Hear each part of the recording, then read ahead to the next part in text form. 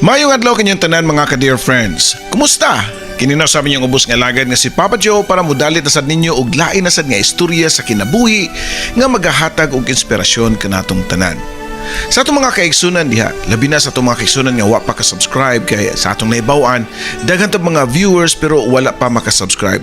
Please help and support our channel, ang Dear Papa Joe Stories. Click the subscribe button o the notification button para ma-notify mo sa mga bagong istorya nga gusto ninyong madungog.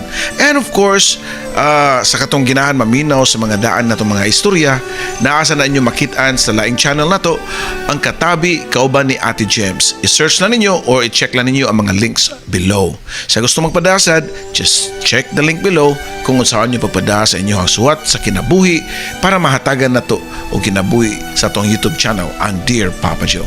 So dito maglangay, aniya na ang laing istorya sa tuang channel.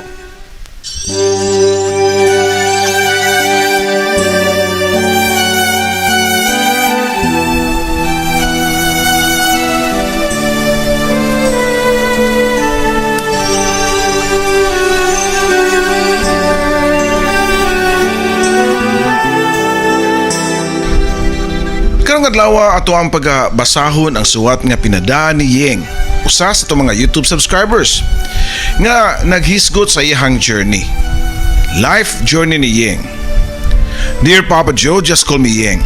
31 years old ug nagdako ko sa province somewhere in the eastern part of the Visayas. Uni ka iha ko sa kong parents mo nga pinangga ko nila bisan og dili mi dato. Pero nga ako mga ginikanan naningkamot nga mahatagan ko nila og haruhay nga pagpuyo. Farming ang pangita sa akong papa. Naguma siya sa yuta nga kabilin pa sa ancestor sa akong mama. Dili lang kay farming lang ang ilang gisaligan, napod sila mga livestock sama sa pagpamuhi og baboy ug mga baka. Nagdako ko nga energetic nga pagkabata. Kissable, charming, responsible pod kay na-train ko nga mutabang-tabang sa ginagmay nga bulaton sa balay. I'm also raised in a God-fearing family. Devoted me sa mga religious activities sa church. Ang akong papa kay usa ka lay Eucharistic minister sukad pa niadtong 24 years old pa siya. Makaingon ko nga almost perfect akong childhood nga days bisan og simple lang ang among pagpuyo. Pero happy ko kay naka-experience pa ko sa typical nga kinabuhi so sa kabata sama sa mga physical nga mga duwa like Chinese garter, shatong, hide and seek ug uban pa. Na ako'y best friend niya nga si Lovely, nga ako rapod nga second degree nga cousin. Kada buntag, sayo siya nga muadto sa mambalay para magduwa-duwa mi og tinda-tinda kunuhay. Gamit ang mga putos sa candy o chicheria nga kinaykay panamo sa mga basurahan. Muna ang kugihan kay ko nga magtigom og mga basura. Kay kung makakaon kog candy di gyud ako ilabay ang wrapper. Akong taguan kay para na sa among kwarta-kwarta sa among duwa nga tinda-tinda. Ang pinakanindot ug pinaka-rare nga putos sa candy mas dako og value nga kwarta. I can still remember nga paborito namo ang term sa kwarta-kwarta namo kay $10,000 million. Unya magbalay-balay mi ug magluto-luto mi. Mag-imagine nga dato mi unya padaghanay og mga kwarta. Di ba pagkanindot balikan ang pagkabata, Papa Joe? Kundi wa kay ginahunang lain kundi ang makita sa daan og rare nga putos sa candy nga mas dako og value. Ang bata happy kay kung makontento raman ug unsay naa niya. Walay ginahunang bayranan sa kuryente, tuition, rental, pagkaon ug uban pa.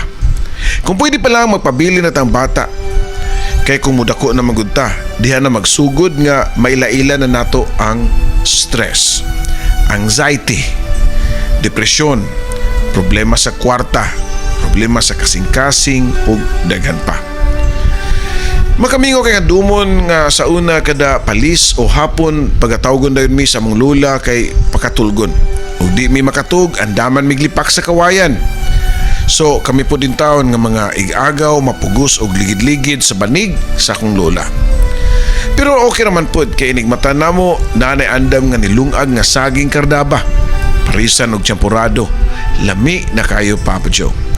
Those were the days. Happy kay ko sa akong childhood days ug dakong pasalamat nako kay maayo ang tibuok pamilya. Suportado nila ang akong gusto, labi na kung parte na sa mga event sa eskwelahan. Sa Sige, kawangon ko na nga very energetic ko nga pagkabata. While nag-school ako sa elementary, halos tanan nga mga school activities akong apilan. Hangtod na pud sa high school. Tigapilan jud ko og mga extracurricular nga mga activities. Just in time nga na ako sa adolescent nga period. Nagkasakit ko og magkaluya-luya na. Siguro tungod sa pressure sa school, kay lahi naman gud ang palibot. Ang ako mga classmates sa high school, labi na mga babae, kay nagsugod-sugod na o crush. And of course, appeal na pug ko. First crush na ako si Neil. Mao niyang pangan Papa Joe, but our classmates called him Mayor. Ang nakapan basta gwapo ang atong crush kay daghan pud taog kompetensya. Halos na ng babae ato niya makrush mo nga murag nawad ana sa gudayon o pag-asa. Package deal magud kayo si Mayor kay gawas nga gwapo, bright pa kayo. Mao nga ako para di ko mawawan ug di ko makatubag sa maestra na pressured ko og study og taman. Sumaw din nilang gingon nga makaayo po di ay nga doon na kay inspirasyon. Pero para nako lisod gyud kay ang math. Pero murag blessings in disguise ning subject kanamo sa mong duha ni Neil. Kayo sa kadlaw niadto during sa mong math subject, gihatagan mi og math exercise sa mong teacher. Ug pagtanaw nako sa equation, lisod magyud kaayo. Gisugdan ako paningkamot kay murag wa gyud ko'y ma-answer sa akong notebook. Maay na lang kay ni gawas sa mong classroom ang teacher unya nakahigayon og duol si Neil nako, or also known as Mayor. Dito sa akong chair nga gilingkuran og nangutana siya nako nga okay ra kayeng? Nakubaan din ko. Pero nakatubag paghihapon ko og honest nga answer niya. Dili uy, lisod kayo ang math uy. Ni-smile si Neil nako dungan sa pagtunol siyang notebook nako. Unsa man ni? Pangutana pa niya. Ayon sa pamandi ay, di answer nako. Tubag pa ni Neil. Pakopyahon ko ni mo Neil? Sure ka? Nagduduha pa ko nga nangutanan niya dungan sa pag-smile gamay. Unya, dayon pa cute-cute niya. Kopyahalan na akong answer diha. Tubag pa ni Neil, layon talikod og balik sa iyahang chair. Wagi ko magdahom nga ang math nga pinaka-hate na ko nga subject kay mao'y sinugdanan nga magka-close ming duha sa akong crush. Sukad manggod niya to Papa Joe murag concern na kaayo si Neil nako during math. Basta murag mawindang na nga akong naong ug klaro nga bothered na kay ko, to the rescue dayon si Neil. Tagaan ko niya og answer or iya kong pakopyahon sa papel.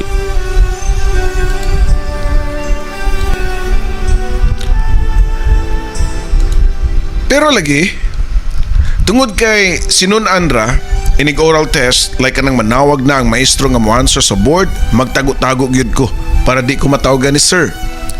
Nakabantay si Neil nini, as usual concerned siya nako. Usa kahapon niya na iya kong giingnan nga para di na ka nervyoson tawagon ni sir nga mo answer sa board, tudluan na lang tika. Kay lisod maguna og sige lang kag pangupya.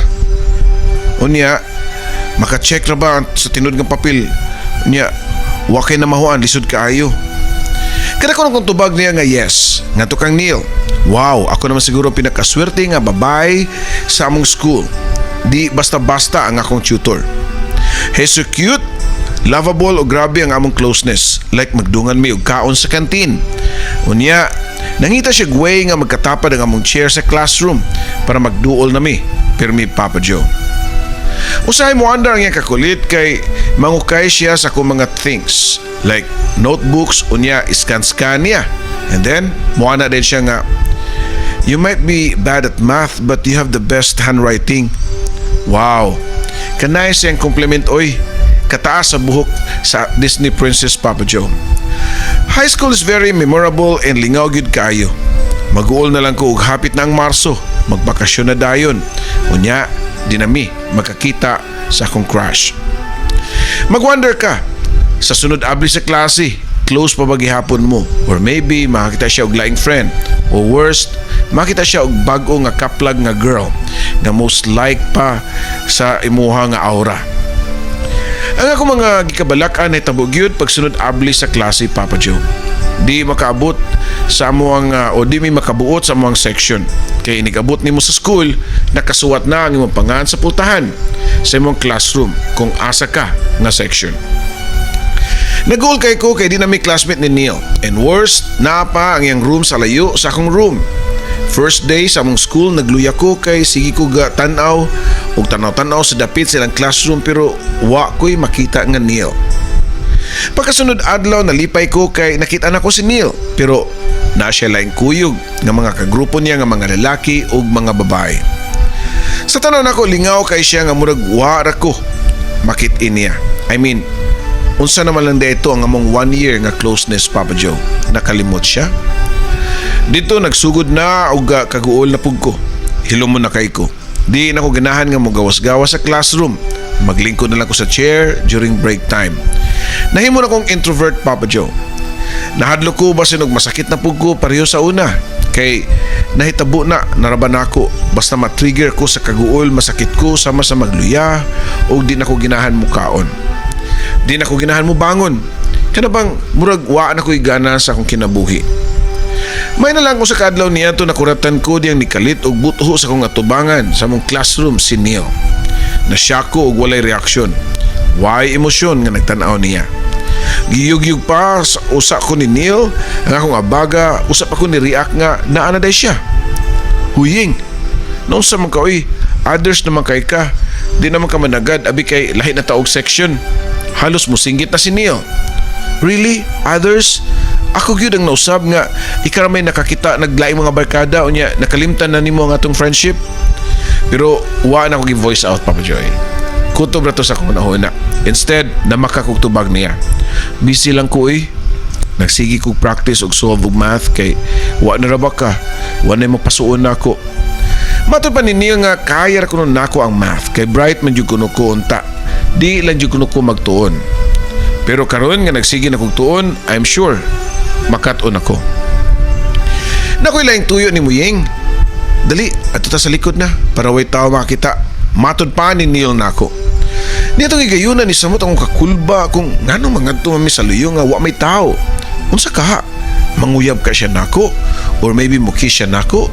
Maka-experience na kako og kiss for the first time? Bisan og gikulbaan ko pero nisunod ko kang Neil nga naglakaw padung mi sa likod sa building.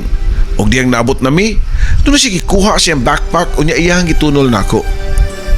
Mao ni akong i-surprise ni Muyeng. I hope you like it. Matod pa ni Neil. Gidawat nako og mainampingon nga gilaksi ang nakaputos nga papel sa usa ka frame.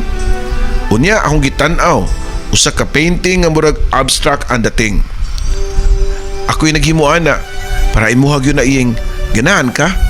Pangutana pa ni Neil. Ganahan yun kay ko, Neil. Thank you kayo ani ha. Tubag ko pa.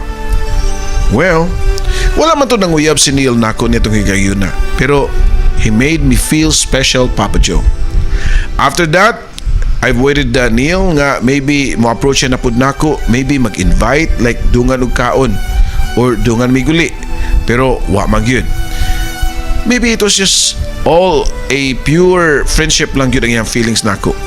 Ug ako ra ang nag-assume. Tungod niya na, I started feeling insecure. Again, og nisamot kahilumon. Di na makigalubilo sa uban akong mga classmate. Mas malinawon man good kung ako-ako lang. Pero sa kadlaw ni adto samtang naglingkod ko sa malinawon nga usa ka chair, tunay natagak sa akong atubangan nga usa ka magazine.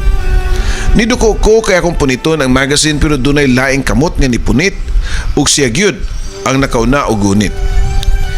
Pagyangag pa nako og kinsa. Nakita ko usa ka lalaki unya ningon nga ganahan ka? Huwamay lang sa niyo. Matod pa sa lalaki nga nitunol nako og magazine. Ang lalaki kay usa di ay ka transferee og ako siyang classmate. Siya si Ron. Attractive si Ron. Unya sugad adto nagkasuod na pud mi og tungod lang sa huwam-huwam og magazine. Mo istorya siya nako sa iyang family background ug ako pod ngadto niya. Ang mas ganahan nako niya nga quality kay very family oriented ug God-fearing siya. Ug tungod niya na mo nalay ako nabantayan nga sa akong kaugalingon nga na fall in love ko ni Ron. Pero sad to say, pag-abot sa closing sa school, magkabuwag na pud mi. Unya pag June, opening sa class, kay lahi na pud ang akong section. Lahi pud si Ron, lahi pud si Neil. Ang nakasikit pag yun, kay naka-invest na ka og feeling nila. After mo labay ang usa ka summer break, wala na. Makalimtan na kanila. Yes mo ni tabo. Lahi na pod nga kakuyog-kuyog si Ron nga mga babae og ako. Igo na lang ko sa pagpangutana og ngano. Ingon ra ana di ay kasayon nga kalimtan ang friendship. Pero sa laing bahin, mas maayo ra pod para makafocus ko sa akong pagtuon. Kay graduating na ra ba ko sa high school. O pila ra may istorya, nakagraduate ko high school nga wa kasuway og uyab-uyab Papa Joe. Nabalitaan ako nga si Ron nga ni-enroll siya og BSECE o BSCE sa private school o college sa among dapit. Samtang ako nagtambay lang og unsaon man nga di pa man ko maka-decide gyud kung unsa nga kurso ang bagay nako isip usa ka introvert. Ganahan ta kog culinary kay maayo ko nga muluto-luto kay ana ra ka sa kusina. Bagay sa akong personalidad nga ganahan pirmi nga maginusara. Pero mahal man kaayo ang culinary Papa Joe. Kay need ko moadtog ng lugar kay wala may gi-offer nga culinary school sa among lugar. Para di masayang ako mga adlaw nga nagtambay sa balay, ni trabaho ko sa pharmacy sa akong auntie. Ang pharmacy nga akong trabuhan dili ra pod layo sa eskwelahan ni Ron. Pero may ko niya makitaan nga mangabli og manira sa pharmacy, nag-arrange sa mga tinda, manilhig o magmap sa floor. Mga bation ko og ka-awkward kay siya nag-eskwela niya, ako wala. Map-map lang sa floor. Pero buotan kay si Ron kay managadyod siya nako. Hapiton ko niya sa store para mag-hi lang. Hi and hello. Mo good morning og mangutana og nikaon na bako or nag-snacks na bako. Kada kakita nako ni Ron nga mulabay sa store o niya nag-uniform nga nagdaog mga books. Gibati nako ang motivation para sa akong kagalingon ug na-realize nako nga nindot man di ay nga mahimot ang estudyante. So pagkasunod semester nanangid ko sa akong auntie nga di na ko motrabaho kay muskwela na ko og college. Nagpa-enroll ko sa ka state university nga medyo layo sa among lugar. Nikuha ko og education, which is dili unta mo akong gusto. Ang akong parents ang nagbuot nga education lang ang akong kuhaon. So sige na lang. Ang importante nga nakapasar ko sa college entrance examination. Dili costly kay state university man. Pero mo lagi na, malayo ko sa akong parents kay need man og dorm duol sa school para makasave og time and money. One time, nagsakay ko og bus niya to nga ang pangalan kay Christopher. Daghan kay kog dala kay pangandam lagi para sa dorm. Puno kayo ang bus. Way malingkuran, mao nga nagtindog ra gyud ko. Lisod kayo ang kahimtang kay nagkapungay pa ang akong lawas sa mga gamit unya nagkupot pa ko og sa gunitanan para di ko malamba. Sa kakusog sa dagan sa bus, I wonder wa man lay bisaya usa ka lalakang ni-offer nako og lingkod. Hurot na gyud siguro ang gentleman sa kalibutan. Nihunong og kalit ang bus o bus, mao nga hapit po ko na dusmo. Og tungod niadto nabuhian nako ang ako mga bitbit nga uling og dito nahug sa lalaki nga naglingkod sa akong tungod. Nag-isip pag yun ang plastic mao nga nikagay sa bukton og ang karsuni sa lalaki dito napunta sa lalaki pag yun nga nakatuog. Nakamata siya nga nagkauling Papa Joe. Niyanghag siya din gikan ang uling ug perti na kong conscious kay guwapo ra ba ang maong lalaki. Nagkabuang ko pangayo og sorry niya. Okay lang, tubag pas mong lalaki dungan sa pagpapha sa uling sa iyang lawas. Iya pa kaning gipamunit ang uling og sulod og laing plastic dayon gitunol diri nako ang uling.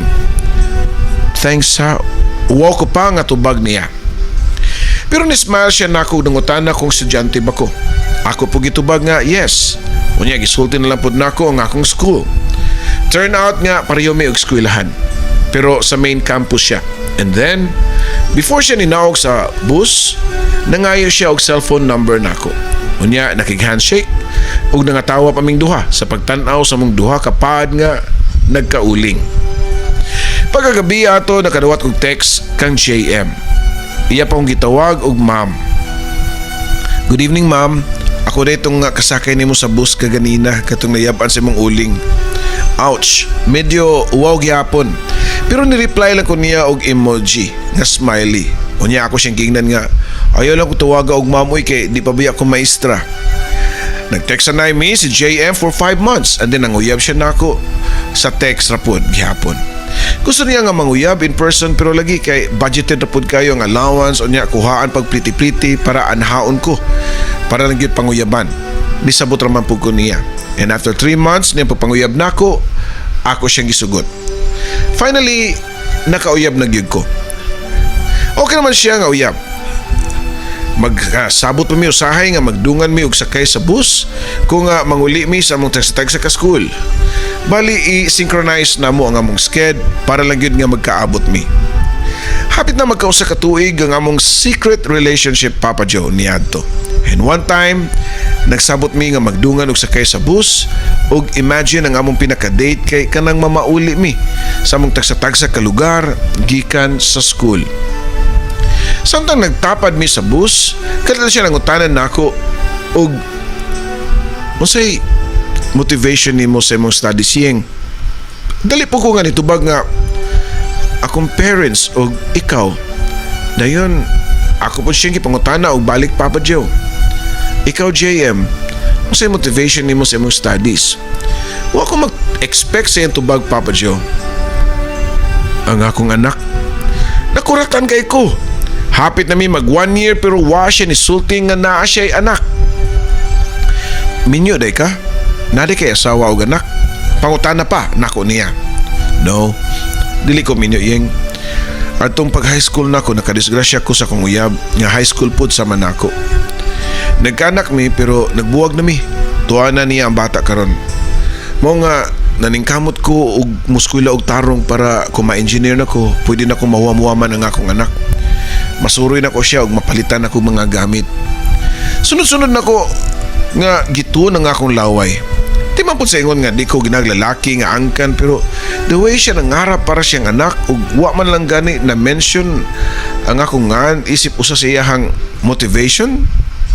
Pila ka adlaw ang nilabay so kaniya to naka-decide min duha ni JM nga magbuwag. Ako siyang giingnan nga mas maka-focus mi sa among studies kung wa mi laing unaon ug ni-agree raman po siya Papa Joe. 3rd year college na ko niya to og naglisod na sa finances kay daghang mga projects.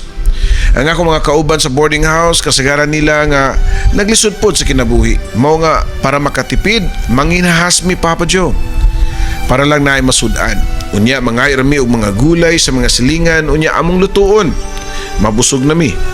Enjoy naman po bisan og ingon ato ang among kahimtang. Ang pinaka-goal gyud kay diha nga thesis na mi unya wa mi mga laptop ug printer. Mao nga nagtampo-tampo mi sa internet cafe. Adto mi mag-type og mga prints sa among mga thesis, ang among panud-an mo'y among kuhaan. Mao nga ang ending manghinas na pud mi sa baybayon para makasudan. Pait gyud kung mag-college ka nga kuwang sa bala Papa Joe. Pero okay lang, mo nagingon nga ang mag-antos masantos. Og di gani mi kapanginas adto mi pauli sa Pansit Canton. Kanang duha ka pack nga Pansit Canton upat mi nga magbahin-bahin taon na anak. Tungod kay halos naa naman mi sa internetan nagpundo nakakat-on na ko og pagbuhat og Facebook. Naghimo ko og own ako nga FB account. Maayo nga diversion sa akong kabisi sa schedule nako og kapos mi sa kwarta. Halos sa tanan na mong panudan amo naman ko ibayad sa internet cafe. Usahay, mapulaan na mi og kinaon og Pansit Canton nga chili mansi flavor. Mao nga di na ko manihapon. Mudrit sunog katug bisan og gutom ang tiyan. Di ko siguro maayo nga matug nga wa kay kaon no kay nagdamgo man kog usa ka lalaki nga blurred kayo ang naong. Di na ko maklaro og kinsa siya. Basta niwangon ang lawas niya. Giwala ra to nako sa kuna-huna. Bisan og magbalik-balik, wa ko makasabot nga nung gidamgo ko ato niya. Or maybe he's just a random guy. Or maybe mugna lang sa akong kagutom. Pagkasunod adlaw niya to dito ko sa internetan para maghimo og thesis o syempre apil na ang pag-open ako sa akong Facebook. And suddenly nakita ko post sa akong amiga sa Facebook unya dunay ni comment nga usa ka lalaki nga out of the blue akong napislitan ang profile sa lalaki ug akong na-invite. Gi-accept ra mo niya dayon sa guy, mao nga friends na mi. Usa day siya ka-graduate sa State University nga akong eskwelahan. Unya, bago ra nakapasar sa licensing sa mechanical engineering. Nagchat-chat mi, unya wa madugay, nakikita siya nako. Giyan ako niya sa among campus, unya na siya ko pagkakita niya kay pagkataas niyang pagkalalaki. 5'9" ang iyang height. Unya, tungod siya kataas, slim kay siya tanawon. Nakayawan ko kalit kay nakahinumdum ko sa lalaki nga niwa nga nasa kong damgo. Bisan og di maklaro ang iyang naong, pero ang kaniwangon, feeling nako murag siya. Konektado ka ha, siya sa akong damgo. Posible di ay nga makita nimo sa damgo ang usa ka tawo before nimo siya makita in person? Or maybe I was just being hopeless romantic na po niya itong taknaa pa ba, Joe? Kay mao pa gani pag-meet na mo, gaan na nga akong buot nga to kang RJ. Pila may istorya, nagka-mabutihan na gyud mi ni RJ. Kung sa Tagalog pa, nagka-uyab mi. Ug siya, niadto nagtrabaho na sa usa ka shipping line. Samtang ako padayon sa akong pag-eskwela. Though may pagka-bossy type si RJ, pero mapinanggaon siya nako. Di babag ang LDR na mo kay going strong ang among relationship. Next na mong kita, nagila-ila siya sa akong mga ginikanan. Mao nga nahibawaan gyud hinoon sa mua nga naguyab-uyab na day ko. Pero okay ra hinoon nila ni mama ug papa kay buutan man si RJ. Unya napay stable nga trabaho. After sa tanang kalisod nga ako nagian sa College of Education, nakagraduate na ako sa katapusan. Ang akong uyab nga si RJ ang ni-attend nako sa ako ang ring hop ceremony. After I passed the licensure exam sa pagka-professional teacher or LPT, wa din ko nag-apply as private teacher. Nagtambay lang ako sa MUA for a while ug nag-training ko para skills and enhancement for ranking, of course, kay lisod baya sudlon ang government, Papa Joe. LPTs nowadays isn't that exciting tungod kay daghan kay mga passers kada tuig, halos tanang kurso. Ang problema lang kay limited ang opportunity, ilabi na sa Pilipinas. So na itong bata pa ko, sobra ka excited kay ko nga muda ko. Pero karon di na ko ganahan. Mas mudaghan man inuon ang akong problema o responsibilidad. Licensed teacher ko ug akong pangarap makasud sa DepEd as government teacher. Pero kay bawo ba mo nga dili-dali may tabo kay lisod kayo sudlon ang DepEd. Daghan kay mga trainings and requirements nga kinahanglan kay i-ranking man di ay based sa points nga makuha nimo. And most of all, they say nga palakasay ra kuno og backer pod. Pero bisan og unsa kalisod kay ako mangisudlan ang pagkamaestra. Di ko mohunong hantod nga makasud ko sa DepEd. Nag-struggle ko pa pang-apply sa mga nearby nga division offices ug na timing kay naay may dunay mass hiring way back 2017 to 2018. Bisan lang kog apply, bisan og nangapas mo na sa mapapang-apply kay mo travel pa ko og 3 hours para makasubmit sa akong mga pertinent documents sa division office. Limami ka applicants ato nga time. Na late na mi sa among demonstration mo nga nagpakiluoy taon mi nga hatagan mi og chance kay layo pa kay amoa. Tagalaing division pa. Humana di ay ang mga applicants nga nagdemo og interview and their EPTs. I was 25 years old that time ug na-pressure na kay ko. I emotionally and mentally stressed ato that time. Nagunoon na lang silang papa nga matiguang na unya ko. Wa pagyapon ko yung wa ko'y trabaho.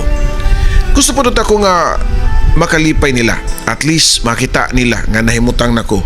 Bisan ug wa sila nagdemand nako og tabang nga pinansyal kay ilang gusto lahi man, Papa Joe. Gusto nila nga naa sila'y apo. Sus, di pa ba ko ready magminyo? Unahon sa nako ang akong DepEd journey. And thanks God, wa ko mapakyas. Nagka-item ko sa DepEd unya gitawagan ko for deployment, meaning hatagan ako nila og eskwelahan nga ilahang i-assign ako.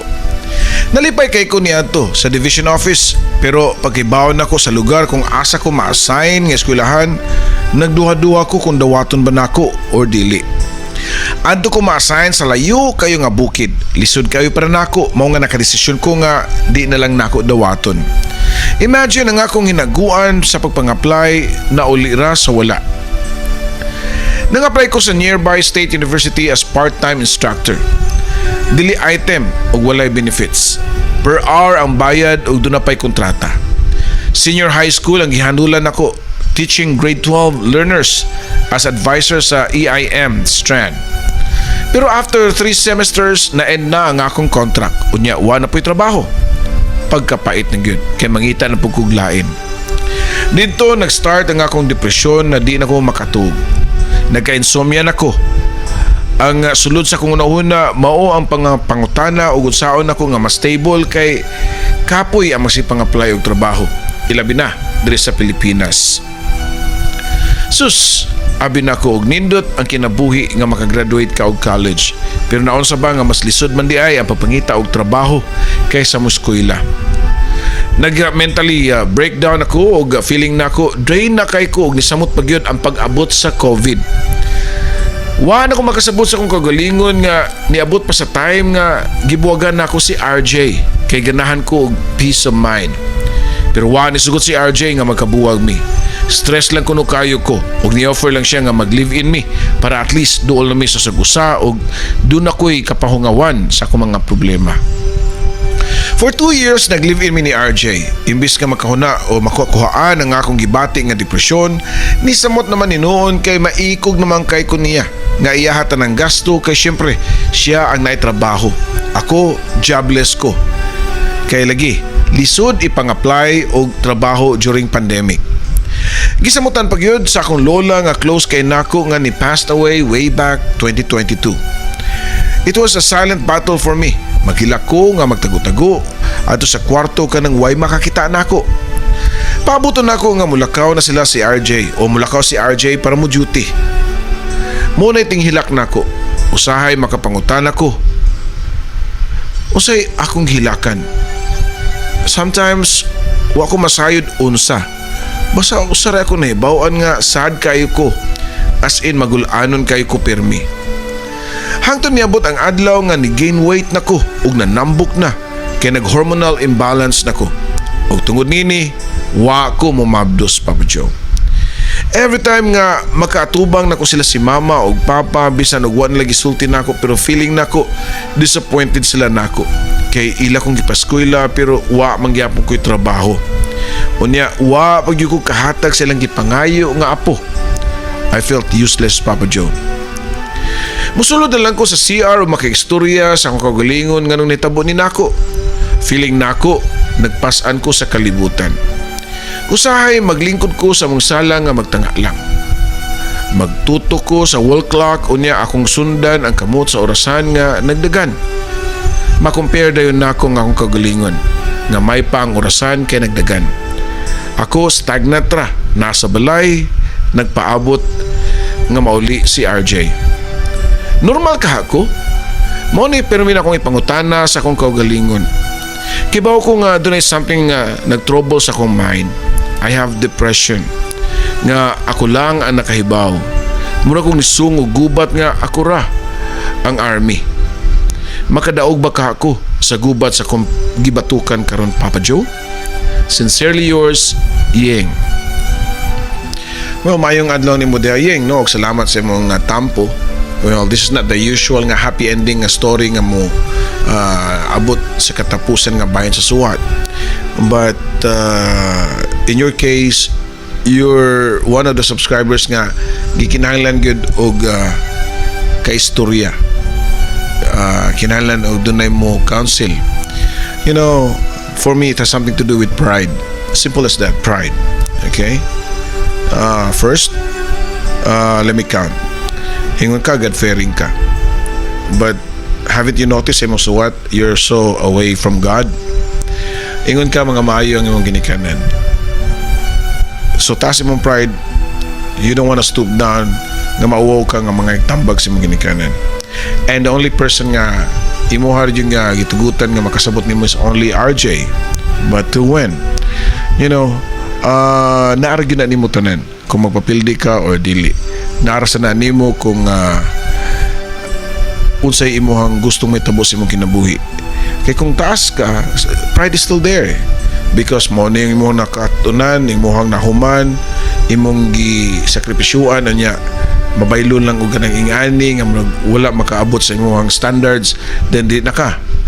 So it has something to do with pride. So if I were you, try to lower your pride, try to embrace reality. Okay, who knows, along the way ang kanay imong mga gipangita karon maabot na. Pero kung imo gusto nga maabot based sa imong gihimong sakripisyo, di pa yun na siya mao. So again, pray to God, humble yourself, and compare yourself sa mga tao gani nga wakas kuila. Pero how come? Successful man sila. It's contentment also. So basta hindi kayo kakontento sa mong kinabuhi, you know, it's what you call acceptance. Okay? So salamat sa imong tampo o ginawat pa nga nakatabang na nimo, o basahan lang sa mga comment below kung sa angay nimong buhaton sa imong kinabuhi. Kini mong ubos nga lagad, Papa Joe.